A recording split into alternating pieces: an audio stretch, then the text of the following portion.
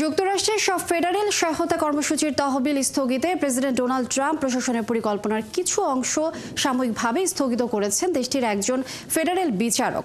এদিকে দরিদ্র দেশগুলোতে HIV, ম্যালেরিয়া সহ সদ্যজাত শিশুদের জীবন রক্ষাকারী ওষুধ সরবরাহ বন্ধ করার নির্দেশ দিয়েছে ডোনাল্ড ট্রাম্প প্রশাসন।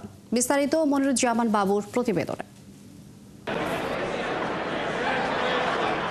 ঋণসহ মার্কিন সরকারের কয়েক লাখ কোটি ডলারের সম্ভাব্য ব্যয় স্থগিতে হোয়াইট হাউসের বড় ধরনের পরিকল্পনা স্থানীয় সময় মঙ্গলবার থেকে কার্যকর হওয়ার কথা ছিল। ট্রাম্প দ্বিতীয় মেয়াদে দায়িত্ব নেওয়ার এক সপ্তাহ পর হোয়াইট হাউসের বাজেট দপ্তর ওই আদেশ দেয়।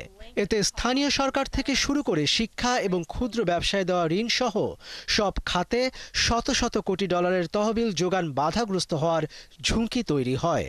তবে ট্রাম্প প্রশাসনের এই পরিকল্পনা কার্যকর হওয়ার কিছু আগে একটি অলাভজনক প্রতিষ্ঠান এই সিদ্ধান্ত নিয়ে আদালতে চ্যালেঞ্জ করে। এটি আমলে নিয়ে পরিকল্পনাটির বাস্তবায়নে আংশিক আটকে দেন আদালত। শুধু যুক্তরাষ্ট্রের ভেতরেই নয়, বাইরেও বিভিন্ন সহায়তা আটকে দিয়ে সমালোচনার মুখে রয়েছে ট্রাম্প প্রশাসন। দরিদ্র দেশগুলোর জন্য HIV, ম্যালেরিয়া এবং যক্ষ্মা রোগের জীবন রক্ষাকারী ওষুধের সরবরাহ বন্ধ করতে যাচ্ছে নতুন সরকার। পাশাপাশি বিশ্বব্যাপী USAID সমর্থিত দেশগুলোতে নবজাতক শিশুদের জন্য চিকিৎসা সরঞ্জামও বন্ধ করছে দেশটি। সোমবার ট্রাম্প প্রশাসন USAID-এর প্রায় 60 জন জ্যেষ্ঠ কর্মকর্তাকে ছুটিতে পাঠিয়েছেন। এদিকে কয়েক লাখ ফেডারেল কর্মীকে 8 মাসের বেতন দেওয়া সাপেক্ষে বাধ্যতামূলক পদত্যাগের প্রস্তাব দিয়ে ইমেল পাঠিয়েছে ট্রাম্প প্রশাসন।